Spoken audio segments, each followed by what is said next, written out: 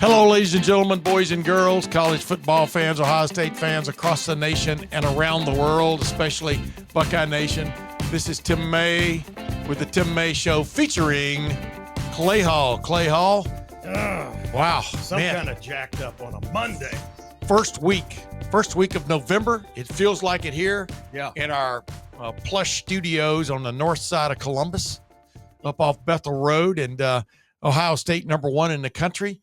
We're going to find out if Ohio State's number one as far as the College Football Playoff Committee rankings are concerned, which come out on Tuesday night as we speak. We are recording this on Monday of Purdue week. Yeah. Hey, Purdue, not bad. Purdue, not bad. Well, the big house. They're not great, but they're not bad. I mean, yeah, they battled the big fellas at the big house, and we're in the game, but just couldn't make those plays offensively that could keep them in that. But coming off that loss at Michigan, they're still winless this year in the Big Ten. Ohio State is the opposite of that. Will Ohio State be rewarded by the College Football Playoff Committee on Tuesday when it releases its first rankings of the year? There seems to be a consensus. I'm not saying it's by acclamation. Seems to be a consensus that Ohio State will be number one, Indiana number two, and either Alabama or Texas A&M number three, and either Alabama or Texas A&M number four.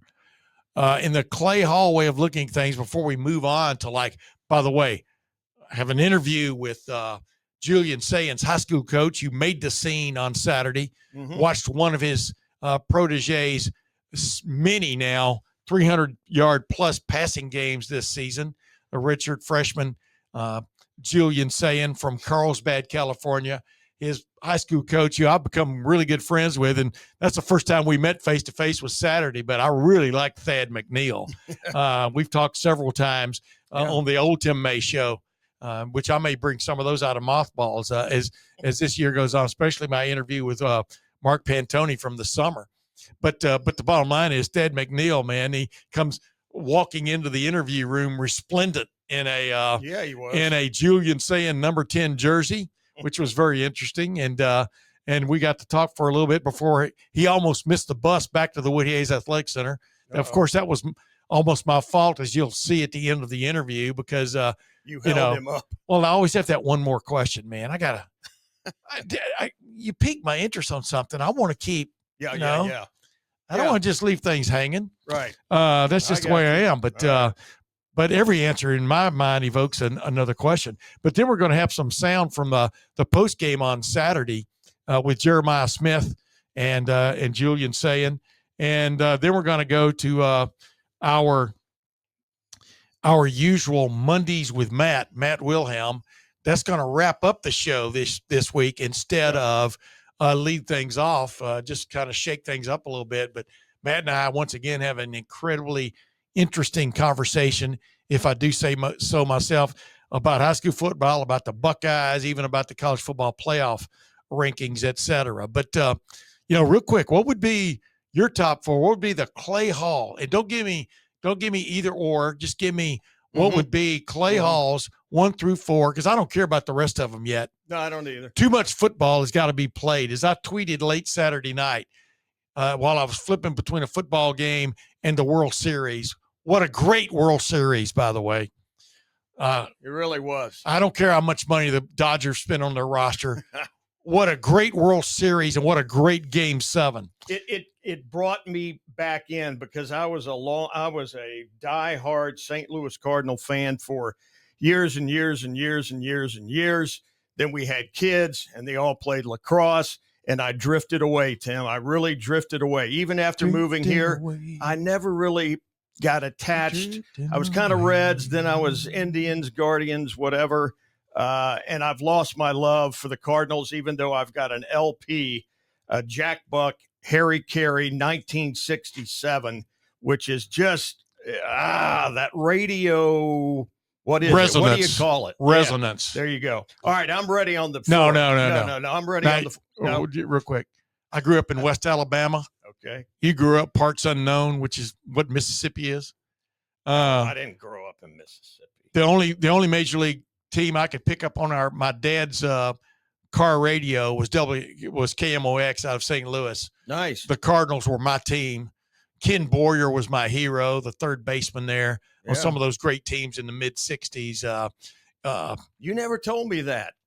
Well, it never came up until now. Bob, the pitcher, Gibson. Bob Gibson was my favorite pitcher.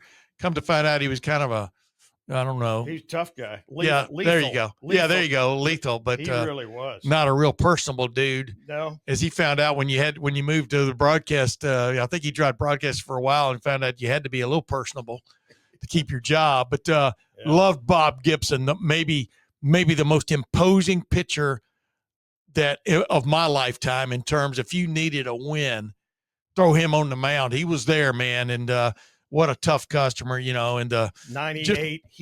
Julian Javier, not Julian Javier Junior, but Julian Javier was on those teams. Dal Maxville, Kurt Flood, Dal Maxville, Joe Torre was a catcher for him. Tim McCarver was a catcher for him. Kurt Flood. I just said Kurt Flood a minute ago for those of you not paying attention. But anyway, I digress. Back to what we were talking about. Your top four. Don't give me either or. Just give me a top four, 1 through 4.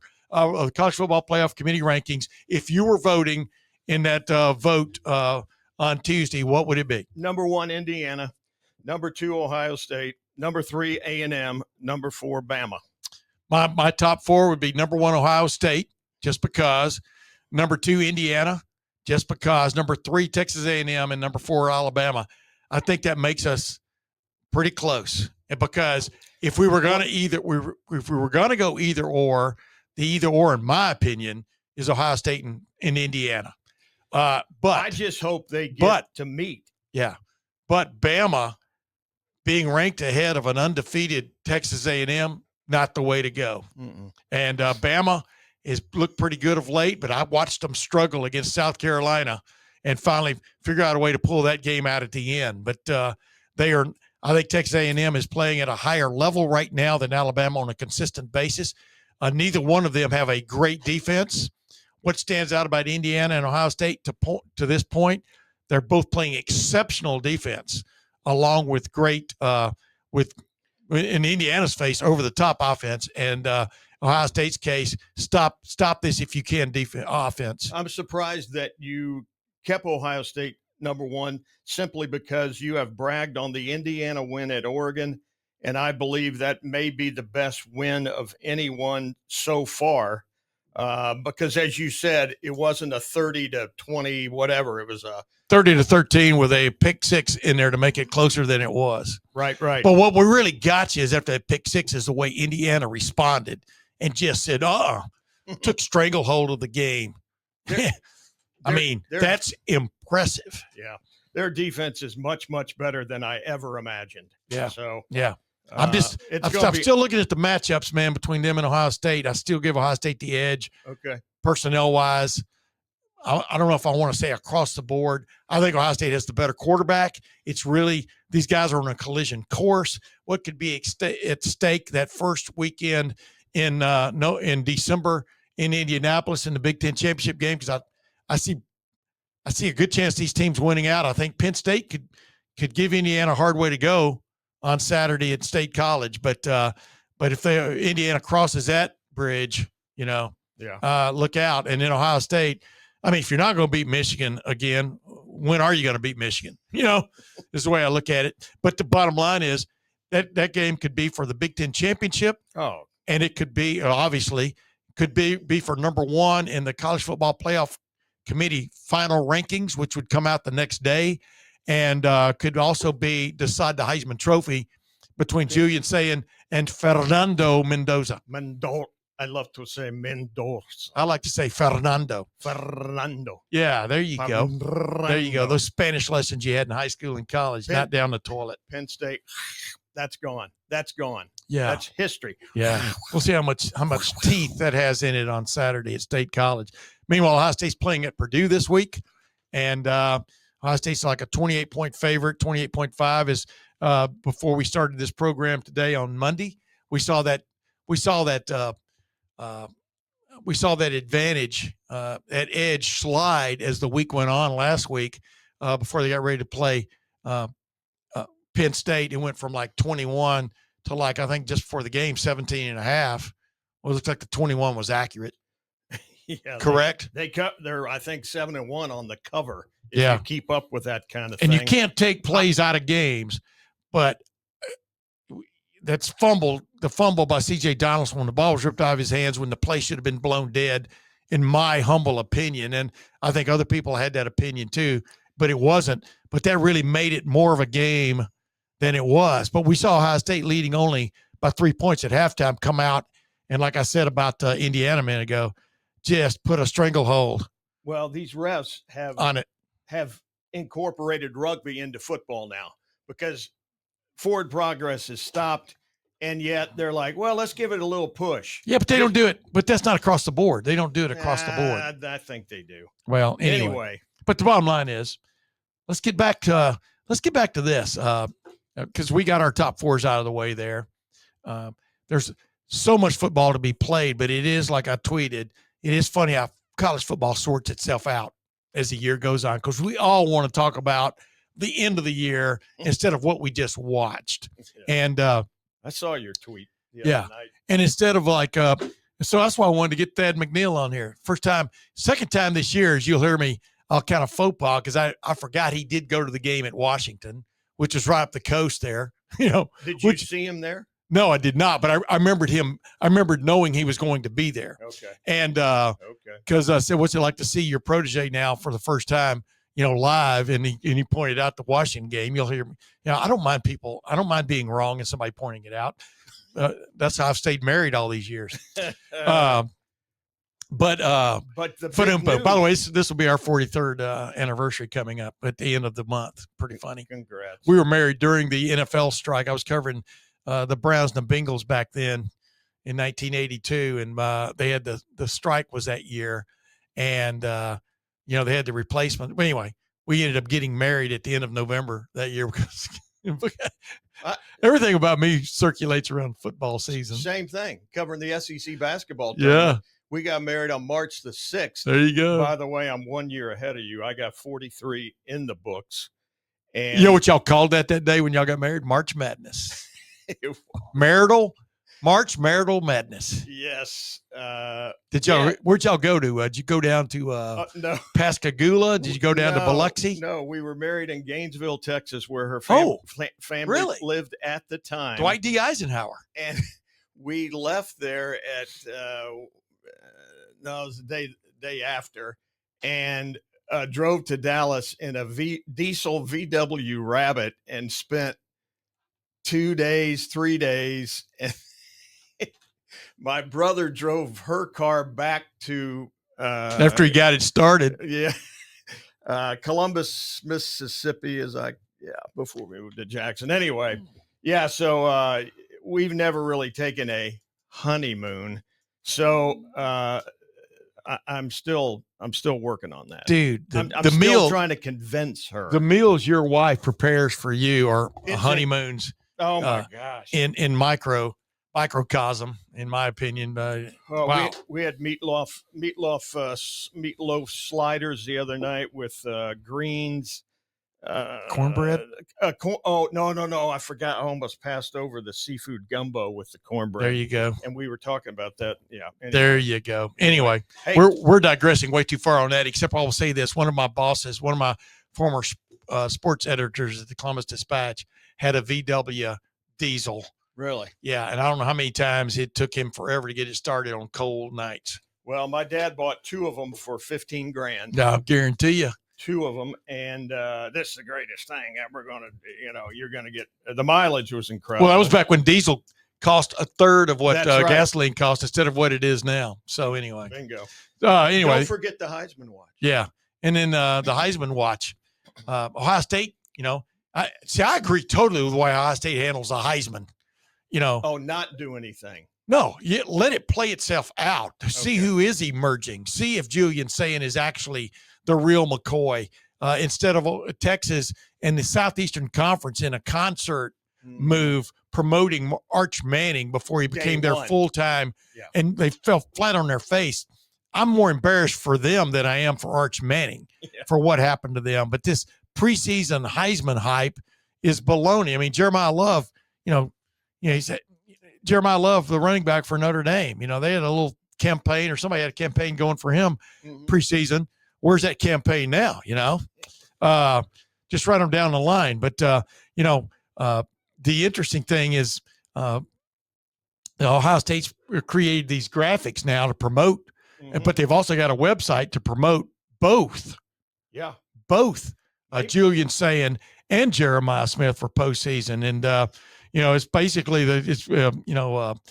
pound sign, we say Heisman, and then they've got this thing promoting Julian Sayin and everything he's done well to this point. For example, what stands out most about him, he's had quite a few 300-yard passing games, et cetera, but his 80.7 completion percentage is on pace for the highest in NCAA history.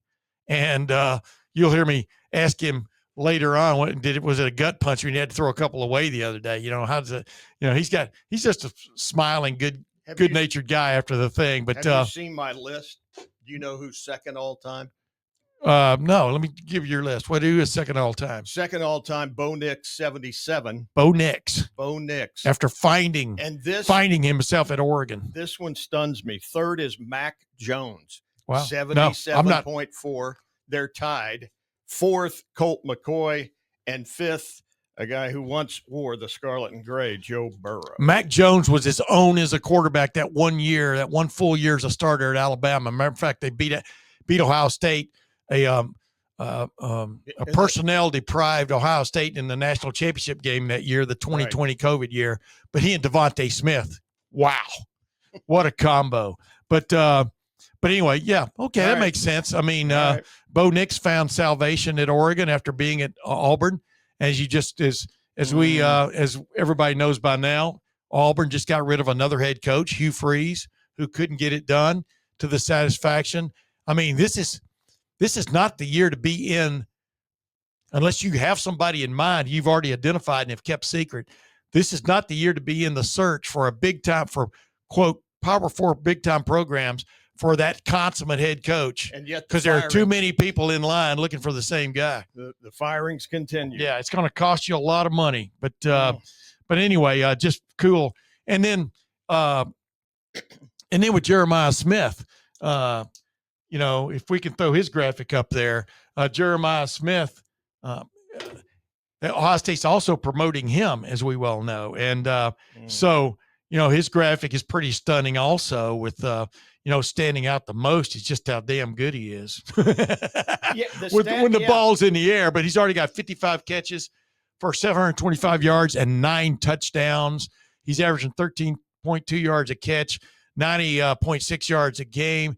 He's number 5 nationally in touchdowns, number 11 nationally in receptions, but it's just his presence because it just does things for the offense. With that said, the presence of Carnell Tate and what he also does for this offense is crazy.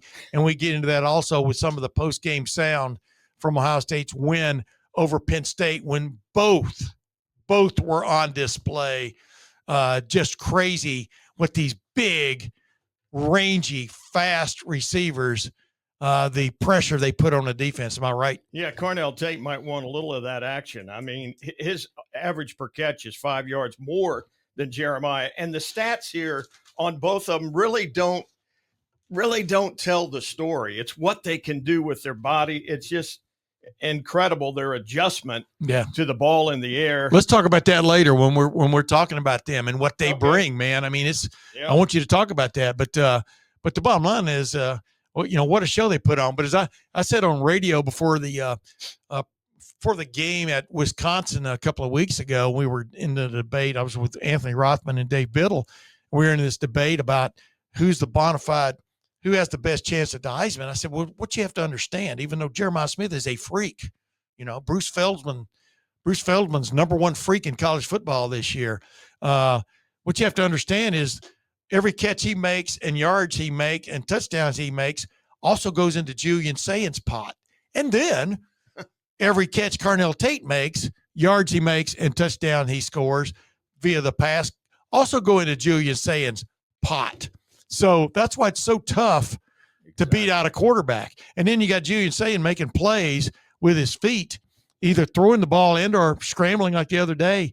That little scramble he made was textbook. Yep. First down. What? Wait a minute. He's not supposed to do that. He doesn't run. I'm sure that Jim Knowles and others uttered as he did.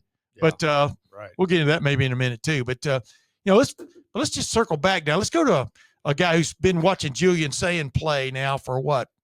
Maybe 6-7 years. Probably. His former high school coach at Carlsbad, California, Carlsbad High School, as I like to say, their stadium is kind of on a rise coming up from the Pacific Ocean, and you can see the Pacific Ocean from their high school stadium. Just think about that, man. Wow. But let's get to my conversation with Thadd MacNeal. Coach McNeil, you got to see your protege, Julian Say, play live, I think, for the first time in college football. Am I correct about that? Or were you here earlier this year? I was actually at the Washington game. Oh, yeah. And he played great in that game. Yeah. That was on the left coast. Yeah. I'm messing with you. Hey, I thought I saw you there, as a matter of fact. Well, let's just start this. When you watch him play live, you and I talked about him before he ever showed up. You and I have had some conversations since then about people sort of underestimating this guy for some reason, about his ability to run, about his size. I don't think anybody questioned his arm and stuff, but what did you see today that further verified what you saw in him at Carlsbad High School? Well, complete command of the offense and total confidence, super accurate on, I think he's 20 for 23. And then when he had to use his feet, he used his feet. The 3 incompletions, I think at least 2 of them were throwaways, so he's being smart with the football. He's not taking sacks. Yeah. And, that's just who he is. It's all about moving the sticks and being efficient and giving other guys credit. I think he's playing great. You heard me ask him, I said, does it hurt you viscerally when you have to throw a ball away? Because that could be one of the, you know what I mean? He thinks of it more, it's a smart play. Yes. Not like he's not thinking about his completions. He's thinking about, okay, I'm not going to put my team in a bad situation. Yeah. And like you said, that's a further example of how good a quarterback he is. Are we making too big a deal about him right now, in your opinion? And obviously, every week he jumps higher in the Heisman poll. He probably ought to be favored. I saw Ty Simpson play last week. Me and my brother went to the South Carolina-Alabama game. I think Ty Simpson's a nice quarterback, but he's not on this level, in my opinion. What is just your take of guys you've watched? Honestly, I'm biased. I'm his high school head coach, but he's the best guy in the country. And each week he's proven that. Yeah. And I think if as we go through the season, everyone's going to see it. For whatever reason, he's not getting as much credit, but, it doesn't matter. They just keep winning. Yeah. And his statistics are very, very good. And I think it'll take care of itself. When did he show you, forget about his arm, that's otherworldly in some respects.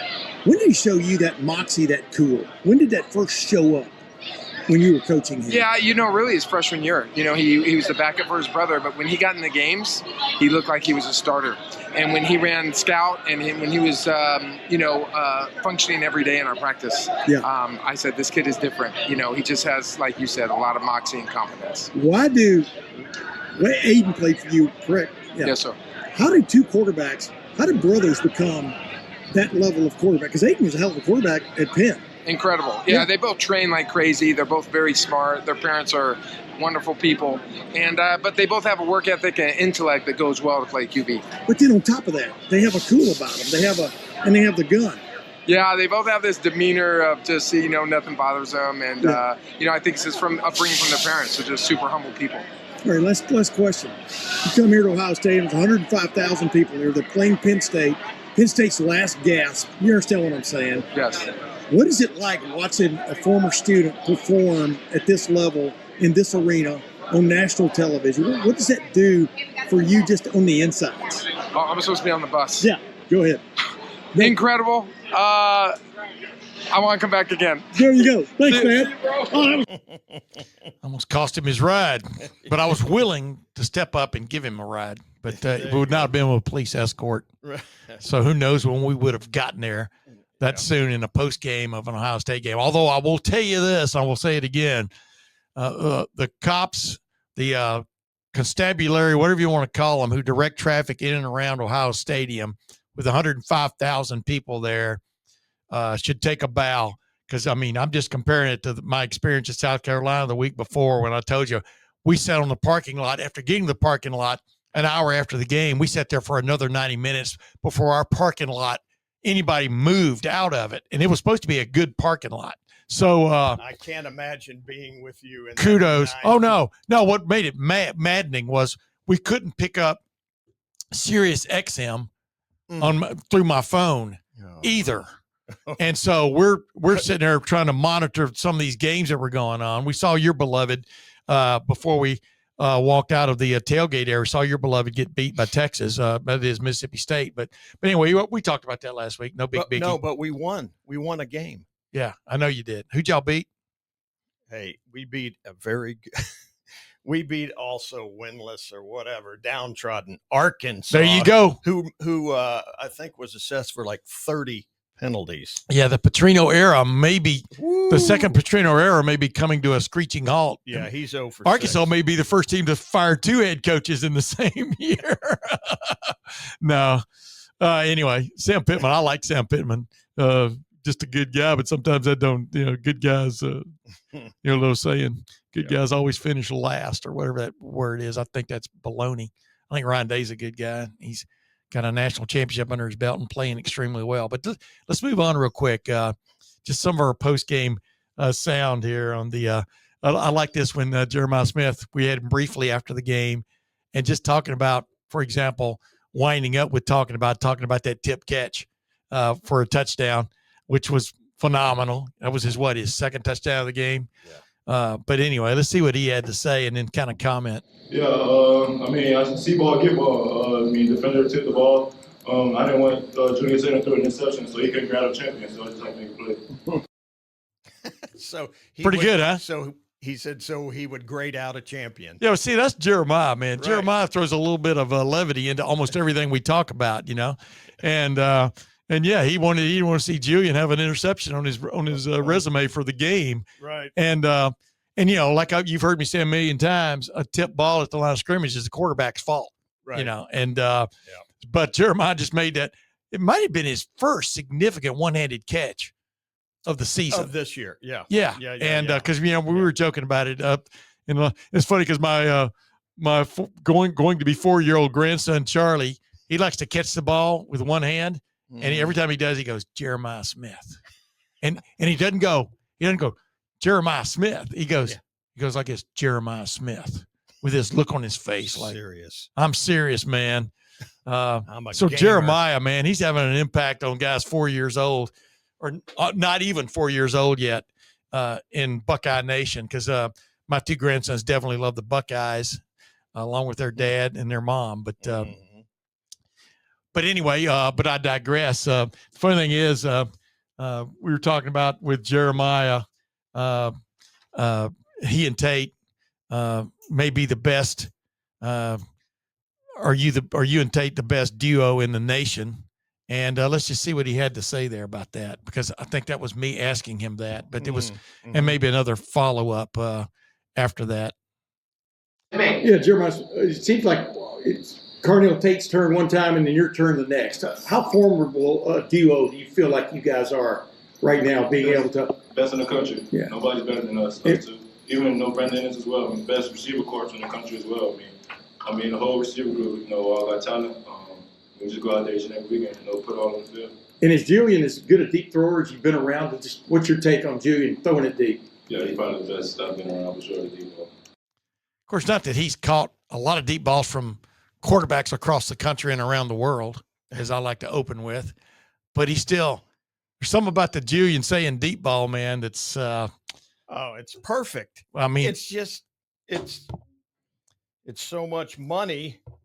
But he'll get into this in a minute. But the thing that stands out too, though, is who he's throwing to, because as Matt Wilhelm and I'll talk about later in Matt's Monday. The thing that stands out is these guys are huge. Yeah. The 2 wide receivers. Yeah. Even Brandon Ennis is a big guy, but not as towering as Jeremiah Smith and Carnell Tate. They're both fast.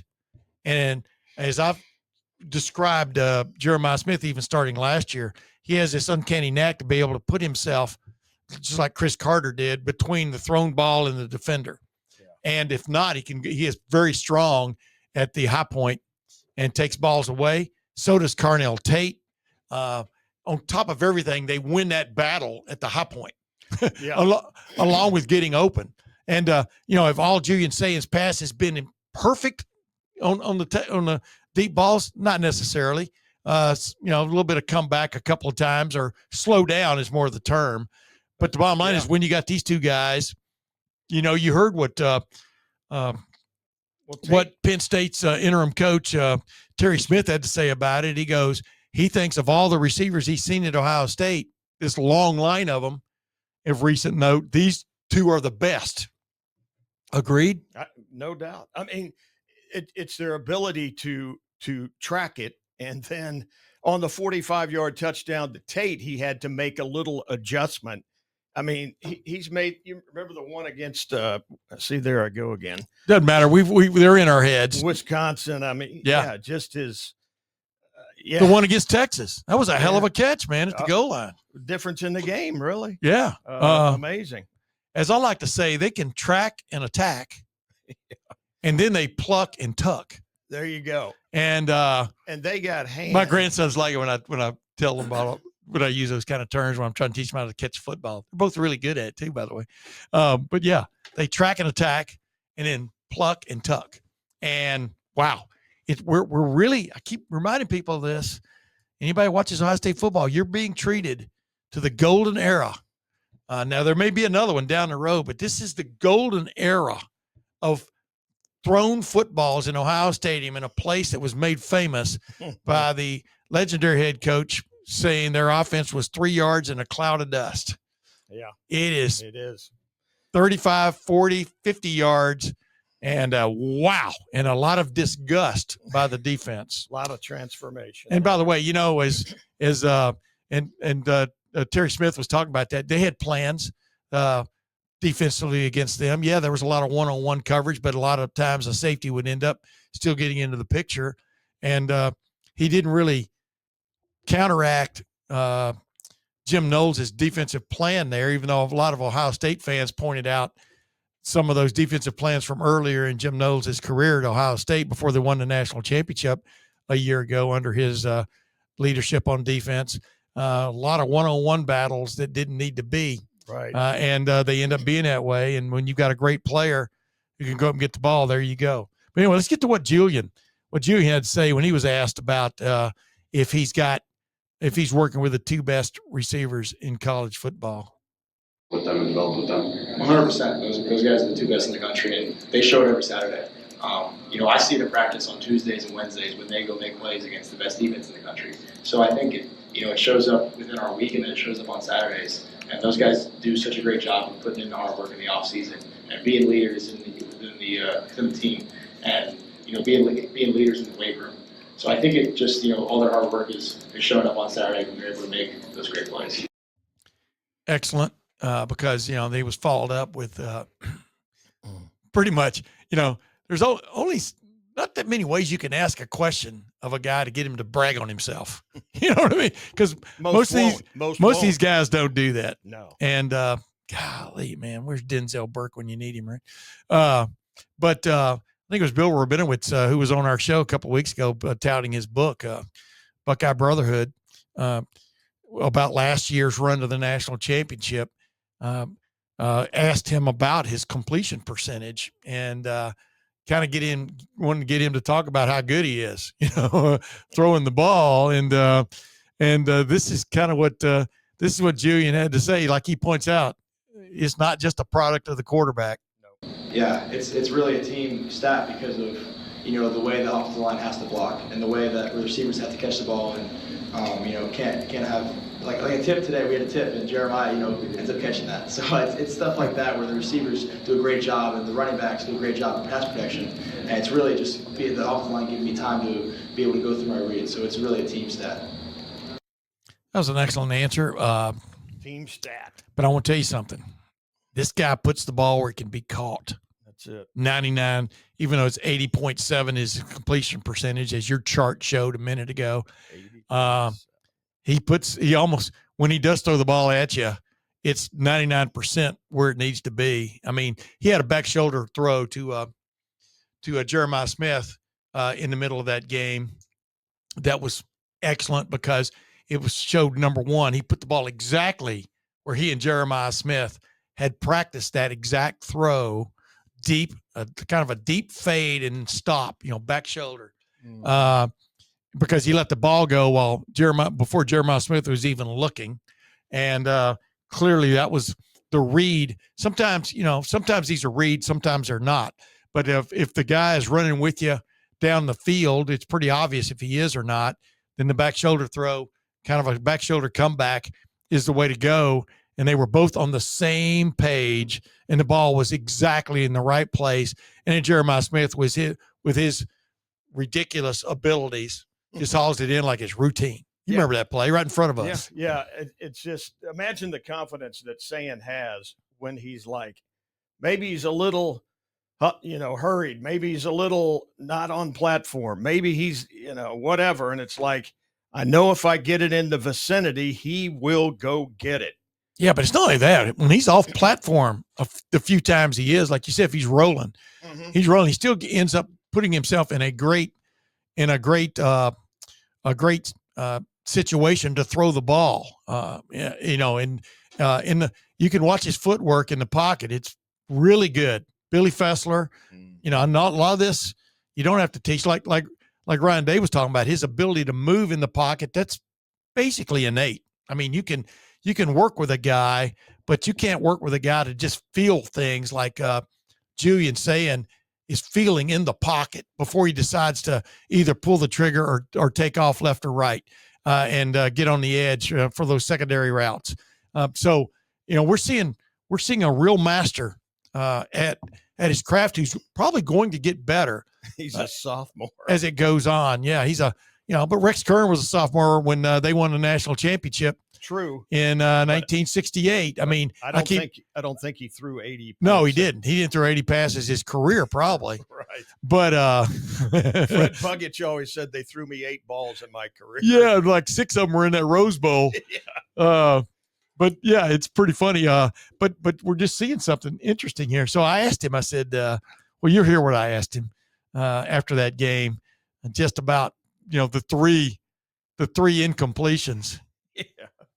Yeah, does it hurt you deep down in your gut when you have to throw a ball away, which you haven't done very much? You understand what I'm saying? That was one of those shots, But and then number 2, what's it like to have 2 guys like that capable of taking the top off of defense? It seems like at almost any moment. Yeah, throwing the ball away. I'm still trying to improve and I keep understanding staying on schedule, because that was a key point for us in this game, to stay on track and keep moving the sticks. And then number 2, sorry. Would you say?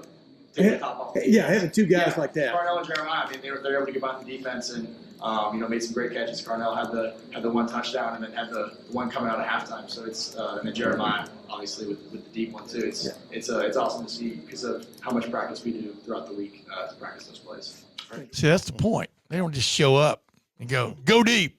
but when the quarterback can put it in a consistent place, and you're tracking it, but you're tracking it based on, he's going to put it in a pretty much like a 3 yard little window out there. And all you got to move is a little bit, wiggle a little bit to go get it. That makes a hell of a lot of difference in the deep ball. And then number 2, man, just imagine these guys, a couple of those plays on Saturday, they didn't take the top off the defense. They unscrewed it and took the top off. I wonder who has the bigger catch radius between. It's probably about even. I don't know. Well, they both shown the ability to catch it with one hand. That's it.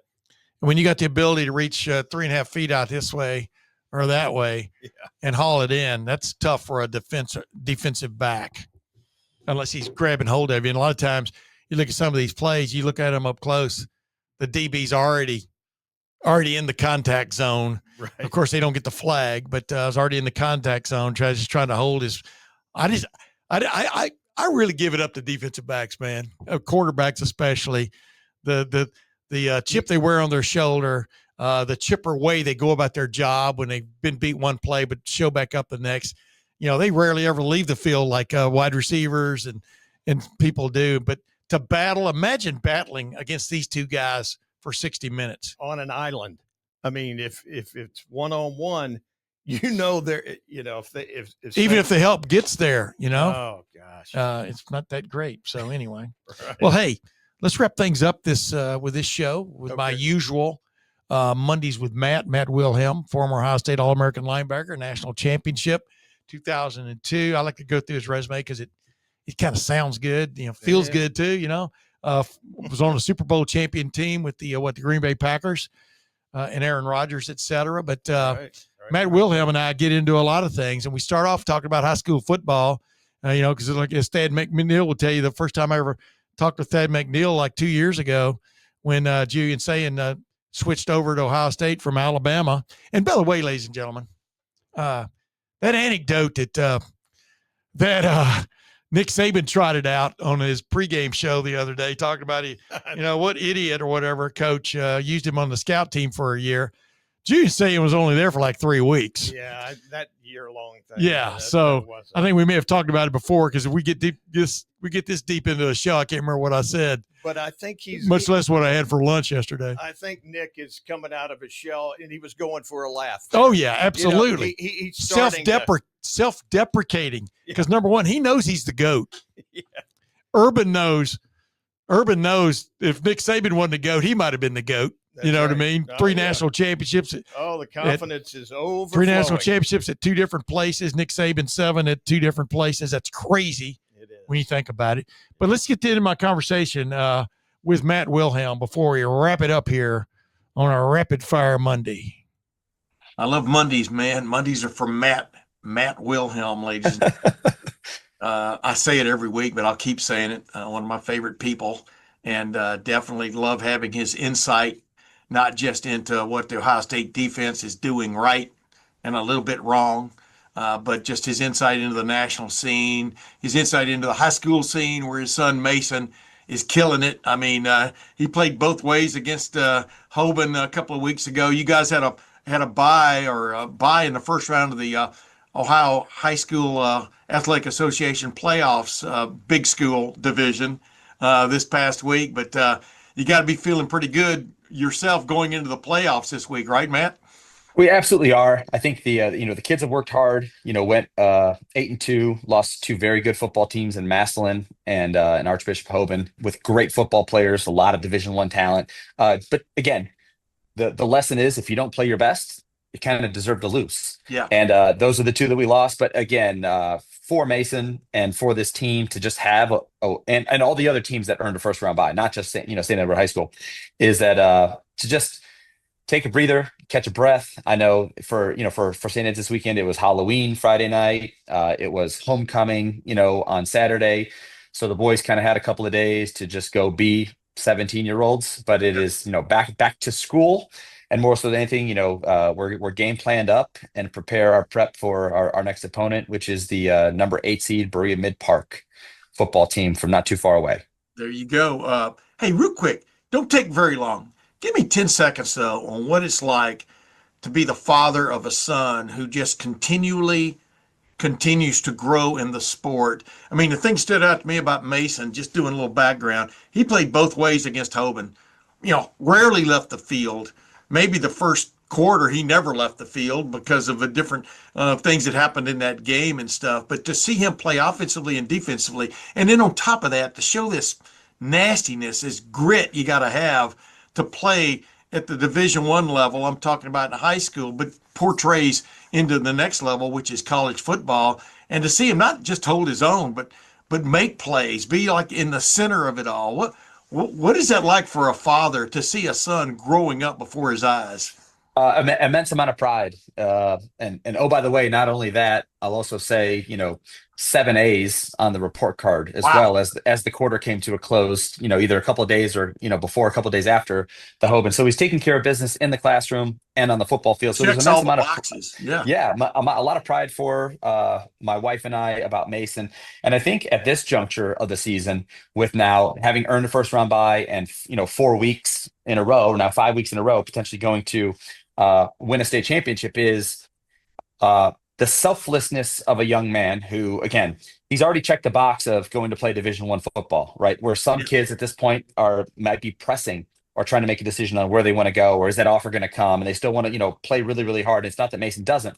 It's the selflessness of whatever the team needs. Yeah. Whatever I can do to help our team win. And I think, we, in some cases, because he played so many snaps against Hovem, we have to preserve him, now.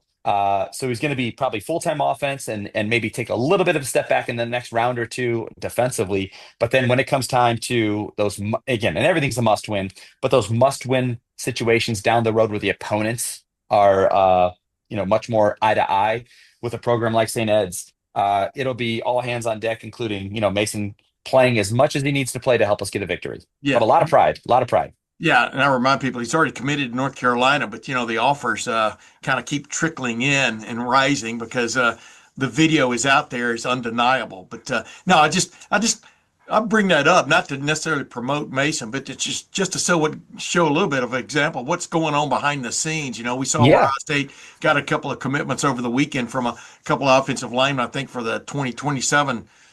That's correct. Yeah, class. But just show that, here's a homegrown legacy player that, who knows, man? He may be getting an offer from Ohio State one of these days. He'll have a real You never know. decision to make, right?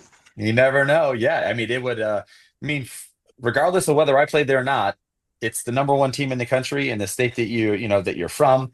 And we all know, and you and I talk about it, the brotherhood, the culture, the development that happens inside those walls. And, not just, it's unique now with what Ryan Day has created, and he's put his own twist on it, but it goes back many, many years of what's happened there and the type of players that they spit out of that program. All right, let's jump right into it. You got to watch Ohio State versus Penn State. I did. I watched the whole game. Ohio State beats Penn State 38-14. Like you maybe heard me ask Ryan after the game, you take one play out of that game and it was total domination, meaning the C.J. Donaldson had the ball ripped out of his arms when it looked like the play was dead. But, it is what it is now. But set up Penn State's second touchdown just before halftime. They were able to cut the lead to 17-14. And then Ohio State goes out and dominates the second half. Granted, Penn State's playing with their backup quarterback. Drew Aller got hurt 2 games ago. But my point is, and it's an interim staff now, but Jim Knowles is still on that staff. But just what's your takeaway? These are 2 blue bloods headed in different directions, obviously. But what was your takeaway, Matt, with the way Ohio State handled business, especially when for the first time this year, at least since the opener against Texas, they kind of got pushed into the corner a little bit. Did you come out fighting or not? They came out fighting. Go ahead. Absolutely. I think, you and I talked last week during the bye about the talent on this, Penn State Nittany Lion football team. Nobody has left since James Franklin left, right? Although, and the interim staff has kind of been retained. They are losing a lot of recruits in their 2026 class because I'm monitoring that closely. But they're still a highly talented football team. To your point, yes, they have to go out with an Ohio born and bred Grunkenmeyer player to lead this team, but there's still constructed a plan to come out and execute. And I think you saw that early. Some of those bunches, pin and pull where they got on their edges and hit some runs. First play of the game, they hit a run. The touchdown, the other end, they hit a run. And I think that's what I take from this football game as it relates to Ohio State. And I'll make just a quick comparison. The number 2 team in the country, Indiana. Indiana is is embarrassing everyone on their way to victories. If you had not watched the football game, you just see 52-10, 65-17, 45-15 or 45-14. And it's just like, your eyes get really big and you just go, whoa, Indiana. That's the nature of, Kurt Cignetti. That's the nature of that roster. And I think it's also, to a certain extent, a difference from how we look as the number 1 team in the country, also unblemished in the loss column, beating 8-0 is, and I'm not trying to say Indiana doesn't, we get everyone's best effort. We have them come, whether we're on the road or whether we're playing at home, we're going to get everyone's best effort because, we're the reigning national champions. We've continued that domination. But what I love about the way that our season is kind of set up, and everybody can talk about efficiency and the number of plays and what Ryan Day is doing with all the running backs and all that other great stuff, is it seems like we just can't play other than like maybe Grambling, start to finish, like game was never in jeopardy. they made yards kind of in a certain, whether pass concepts. And again, we go back to all the way to Washington. Teams somehow move that football down the field while we're kind of vanilla on defense until Matt Patricia goes, okay, that's how you're going to attack us. We're ready for that. And then all of a sudden you get squeezed into, 2 yards or less on the run game, and your quarterback's getting knocked around and your efficiency drops below 50% in the pass game. Well, and so, I would say it's like Matt Patricia pulls that pencil out of his ear and turns it into a weapon. Exactly right. And I think it's what Ryan Day and Brian Hartline and Matt Patricia and these Ohio State coaches, the ineffectiveness in certain portions of the football game, whether it be a play or whether it be a call or whether it be a player, or in some cases you just got schemed by the team that were happened to play. Yeah. It's allowing Ohio State to go back and not read their own headlines and feel like they've got no work to do. Yeah. Or in some cases, because of the result of and I'm not trying to say that Indiana doesn't work and take anything for granted, but you look at 62-10 and you're going to go, gosh, Coach Signetti, you just do it again next week, it's all going to be fine. Where Ohio State, you have these little chinks in an armor that is already so solid. And I'm not trying to say that at any point this game was really in jeopardy, as they did pull away, like you said, but it just allows you to go back to the practice field and fix it. And then you watch and then you kind of like fix yourself, you put that to the side, and it's never visited again. And then you move on to that next opponent, you start the game planning. And you also know every opponent those edge runs, the pin and pull that worked early in the game until it got fixed. You're going to see those from Purdue. You're going to see those from UCLA. You're going to see those from Rutgers. You're going to see those from that team up north. Yeah. Just to make sure that they test you. They're probably going to have some play action off of it, because that's the layer, to the flash of the pin and pull edge run, boots and waggles and things of that sort. But I just love that we don't win 50-0 against a team like Penn State, and it allows us to go back to work each and every Sunday, Monday when we watch the film before we transition to our next opponent. Hey, what do you think it's like for an opponent, though, going against Ohio State offense right now? By the way, I really like the game plan. I really like the work that was done on the plan in terms of a lot of motion, a lot of shifting. We saw a full house backfield, but it was like this inverted tent. I call it the tent instead of the T, where you had like a bone. They were like pistol set up with like the two tight ends or whatever up basically at the level with the quarterback. You know what I mean? I call it the tent because it looks like a tent. But just these different things they threw out there hadn't shown before, but a lot of the motion, sometimes three guys moving at once before they got set. They were trying to mess with Jim Knowles and his defense. You could see that. Yeah. But also, as the old John Cooper line says, you don't put it in, you work it in. Clearly, they've been working on stuff. You don't put all that in 1 week, and execute it. Just what did you think just about Brian Hartline, Ryan Day, the offensive staff's plan going into this to be fresh, or at least appear fresh? I think it's fantastic. I think ultimately, at the end of the day, and again, when I played for the San Diego Chargers, the Kansas City Chiefs used to shift in motion a lot pre-snap. Yeah. And what it does, because by the time you end up, I'll say where Jeremiah Smith is, where Carnell Tate is, what running back is in the game, what tight end is the game, and where he's at, all at this point now through 7 football games and preparations for Penn State, all have developed a tendency about it. Yeah. When Jeremiah is here, this is what they do.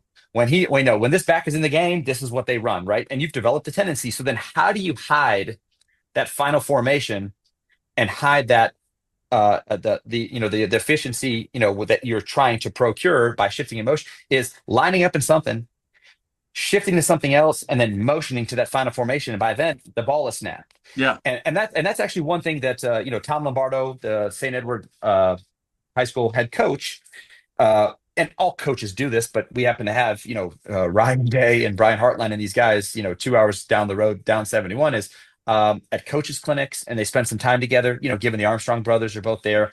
Yeah. And just, 5 to 10 minutes of candor with a guy like Ryan Day and asking questions about, well, why do you do this? And why do you do that? We actually at the high school level have tried to take on some of those things. Now, mind you, we only have so much time with our players, and they're also 15, 16, 17-year-old kids, right? So you can, you have to abbreviate some of those shifts in motion, but you hide that final formation to line up in something that is highly efficient for you, to just maintain your tendency, but you've done it by shifting and moving it with guys around. I think also the, all the tight ends, Claire, Kasmerick, who's going to do what, who's going to catch a touchdown, who's going to run the corner route this week. It's all done on purpose. And I think the other thing that I give a lot of these guys credits for is it's easy for Ryan Day and Brian Hartline, Tyler Bowen, in the run game to sit down and go, we should do this, we should do that, we should do, because you can get super creative and super exotic. But then you also have to go, do we have the kids that can handle it? Yeah. Can we practice it enough after install and have it ready for Saturday? And maybe to your point, this has been something that maybe has been in the works for a couple of weeks. Sure looked like it.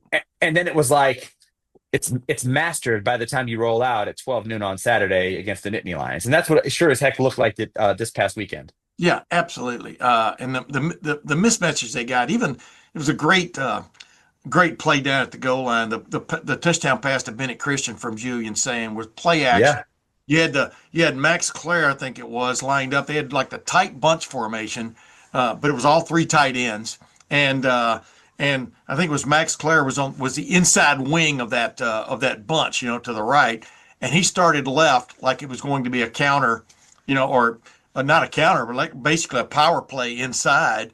Then all of a sudden he wheels out and he ends up not blocking the rusher who came off the edge, but getting in his way. Yeah, is a better way of putting it.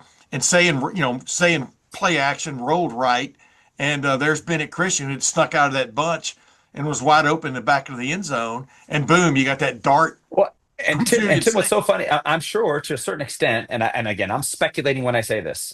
Penn State has also played 7 games ahead of playing Ohio State, the number 1 team in the country. Right. But our coaches, Ryan Day, Brian Hartline, and our players, both learning and playing against Jim Knowles' defense every day in practice. Right. They have their own tendencies. You know what I mean? Yeah. And then at the end of the day, we also have a guy or two in Jeremiah Smith that you can be in the perfect call. I'm going to get to that, but go ahead. When you're in quarters. Yeah. So like you're protecting against the deep ball, and you have a guy win on the corner and outrun the safety. And take for granted that, and again, I'm like, you're never as fast as you think you are. You're always faster than you could be, but you're never as fast as you think you are. Yeah. And in some cases, I mean, they underestimated Jeremiah's, speed to take the top off the defense.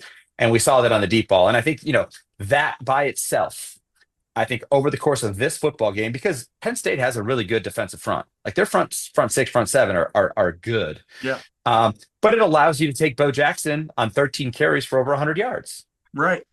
So that's the trade-off of, shifting and motioning, and I know that at some times I'll say critically that the run game still looked clunky, but when we needed to go, pop some runs, 7, 8, 9 yard runs, we did.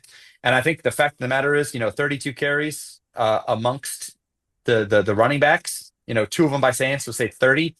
You are absolutely, when it comes to crunch time, and I'm not trying to say that it's not crunch time every week, but for that team up north and those next 4 football games, we are letting this backfield bear itself out on who the top 2 dogs are, similar to what we had last year in Junkins and Henderson. I think, Donaldson's fumble falls out of good grace. I think we're seeing a little bit more of Isaiah West every week. Bo Jackson has clearly, separated himself. I thought James Peoples, had that, the nice 11-yard run. He flashed for the first time after kind of falling down the depth chart because of the emergence of Bo Jackson. So amazing problems to have. This is what I give him credit for, though. I want 2 quick things. Number one, like Ryan Day, I don't think he gets enough credit. Maybe, some people criticize, but gets enough credit for sticking with the fact they got to get the running game going. I mean, you don't treat a game necessarily as a practice session, but you don't abandon some of the things you're going to need. And like he pointed out in the post game, they got stuff from the run game. Maybe it was later in the game, but they got stuff from it. And no matter when you get it, let's say 150 yards rushing is still a good day. Not a Yeah, great and day. Tim, this is the other side of it as it relates to like the big plan that Ryan Day is constructing is he also knows you got to get that run game going because of how it opens up the pass game. Yeah. Because, and here's the other side of it is, okay, like you look at the teams right now that could potentially make up. I mean, is the first college football playoff bracket comes out tomorrow? Yeah. Is that correct? Okay. Yes. So of those teams, he knows he's going to see better defensive backs, likely out of an SEC level school that can, like, I'm not trying to say that anybody's going to lock down Jeremiah or lock down Carnell Tate, right? And I think Brian Hartline's done an amazing job of scheming those guys open while also taking advantage of their elite individual traits. Yeah. But at some point, you're going to see better corners, better safeties, and so then how do you soften that up to get those guys the football?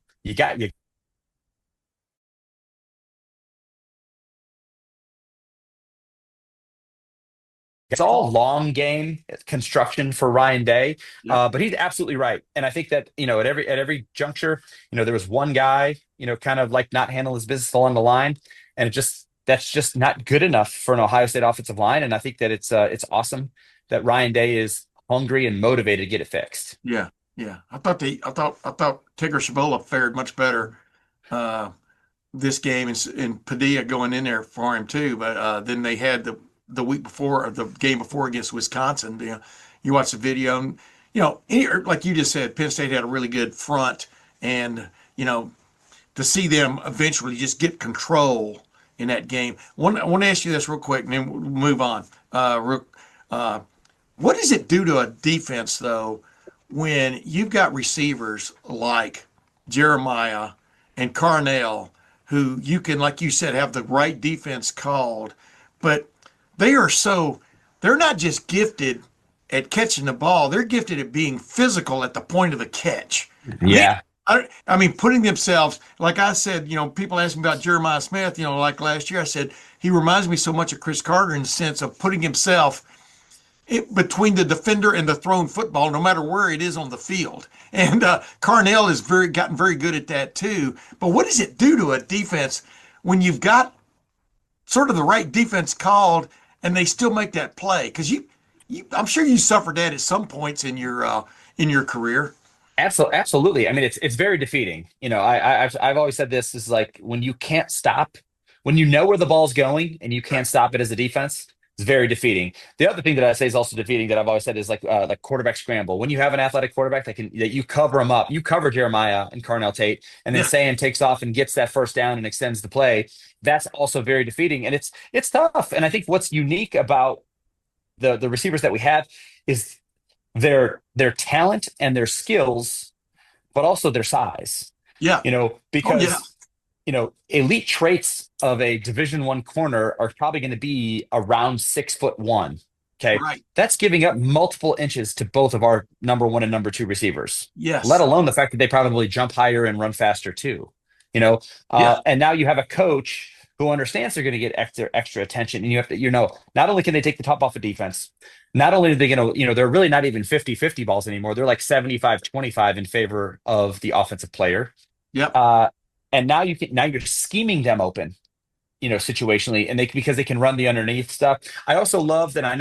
It might not be flashy, but 4 for 41, Brandon Ennis, working the underneath, because like that player in this offense, that Emeka Ibuka, that Jackson Smith and Jigba player has paid dividends for this offense, while maybe the outside guys, developed a little bit slower. And I think at the end of the day, and I saw the clip, but like, I think I actually read the clip, is, Terry Smith, the interim head football coach at Penn State, saying, I know there's a lot of talented receivers that have come through this place, that we've played against. And then we can rattle off, Garrett Wilson and Chris Olave and Smith and Jigba and Ibuka and Marvin Harrison Jr. But like, to anoint these 2 young men, and one of them is 19 years old and the other one's probably 20, is my guess, or something around that matter, still in college, that they're better than all of them. Yeah. Is, I think, all you need to hear. That's all you need to, like, that's all the gray that you're giving defensive coordinators in the Big Ten when they have to game plan to stop these guys, along with having Julian Saying, the college football's most efficient quarterback, who's now thrust himself probably into the top 4 in the Heisman race. Well, With he's the listed as backfield. number 1, in a lot of the Well, odds sure. makers Right. now. Yeah. Sure. Right. Absolutely. I mean, and oh, by the way, you've got this run game that Ryan Day and Tyler Bowen and Brian Hartline know they have to stay dedicated to go beat that team up north, but also to compete and win a national championship. Yeah. Yeah. It's just interesting. Last thing, Julian Sayin, he gets better per week, sometimes per series. I like to say, much like Will Howard did last year. Do you find his play to be remarkable? Well, you've seen a lot of quarterbacks in your time. You've gone against a lot of quarterbacks. Like I asked him the other day after the game, does it almost feel like a gut punch? Does it hurt you in the gut when you have to actually throw a ball away? Because for him, it's a wasted arrow, a wasted dart. He kind of like understood what I was asking, but the point was, it is an anomaly when he throws an incompletion. And I know he's putting the ball in places, but he's spreading the ball around the field. He's throwing to the tight ends, throwing to the running backs, and throwing to the 2 best receivers in college football. I mean, this isn't just like in my growing up days. You had that Keystone combo that ate everybody up. This is like it's like the Rolling Stones or the Beatles coming to town. Everybody's got talent. But here's what it reminds me of. After my transition to the National Football League, I played with Drew Brees, I played with Phillip Rivers, I played with Aaron Rodgers, right, and Alex Smith, right. Those are the 4 quarterbacks that I played with in my 8-year career. And when you would get into your game planning week, and you'd be your starting offense, and they're executing their game plan, and you'd have like either the twos or the look squad that's giving you the look of the team you're going to play. Yeah. The ball never hit the ground. The ball never hit the ground. Meaning just like you're talking professional, now in case of all the guys that I played with, Hall of Fame level, all pro level guys that was just throwing darts. The ball never hit the ground. If the ball hit the ground, it was like an earthquake, because you just don't see it. Or if you got a pick as a scout team guy or a backup against Drew or Phillip Rivers, they took it like so offensive to them. Aaron Rodgers didn't like if you even tried to intercept it. He wanted you to just bat it to the ground. He just didn't like to see the ball in the defender's hands in practice. But I hate to say this, and I'm not discounting any of the opponents that Ohio State's playing, but the efficiency that you're talking about and the fact that it's either again, it looks like he's in practice playing against backups, just getting whatever he wants. And because he's so well coached and such a great player, that if what he wants is not there, and I think we saw it out of Sam Darnold last night with Seattle Seahawks. Yep. He goes to his 2 read, he goes to his 3 read, he goes to his check down. He'll take off and scramble and get those 5 or 7 yards that I told you earlier are very defeating for a defense, and just moves those chains.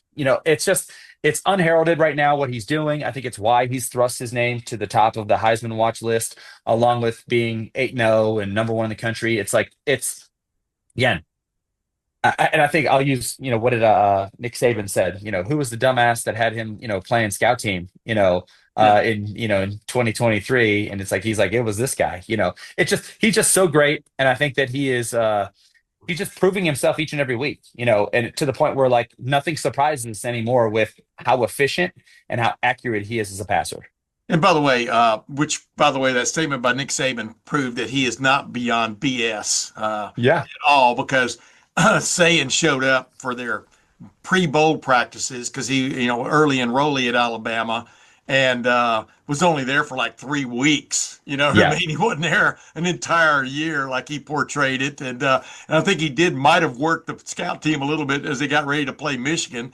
And then they got beat by Michigan, if you remember correctly. And then Saban retired. But it's really funny, man. You got to fact check these former coaches now when they start hyperbolating about it all runs together. A lot of those guys have been around. But to hear Nick Saban be self-deprecating like that is also pretty cool. If you follow it is. And I think it just goes to show, that, Julian Sayin, as a recruit, this is not a surprise to Nick Saban. No. To have Julian Sayin playing like this. He was probably going to be Nick Saban's final starting quarterback when you think about it, right? Yes. And yes, is what it is.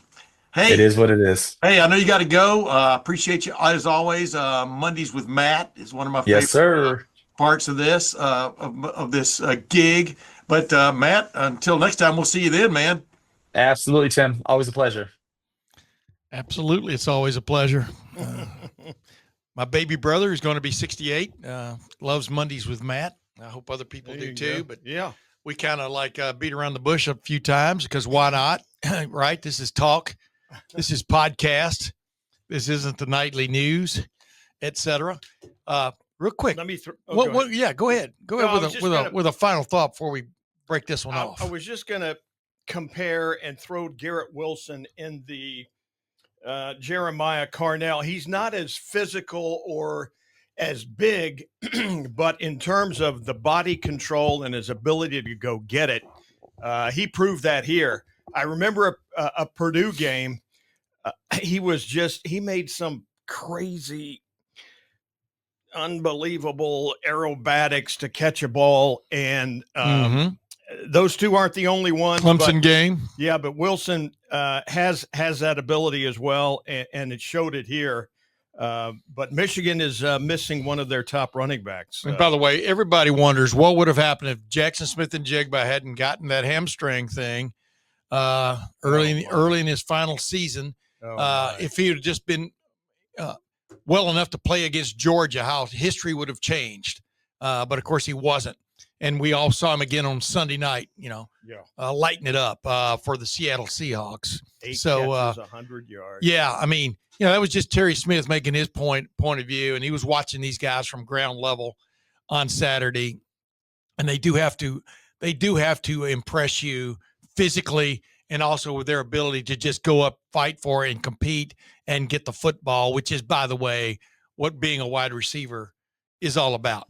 So, ladies and gentlemen, with that bit of philosophy pass along to you from Tim May, from yours truly, and from do we want to Clay Hall? Justice Haynes headed for surgery apparently in the state up north. Yeah, and but they can run the football. Jordan Marshall, 185 yards against Purdue. I think 3 touchdowns. Right. So they still got their freshman quarterback, Bryce Underwood, still trying to figure some things out, or maybe they're trying to figure some things out for him.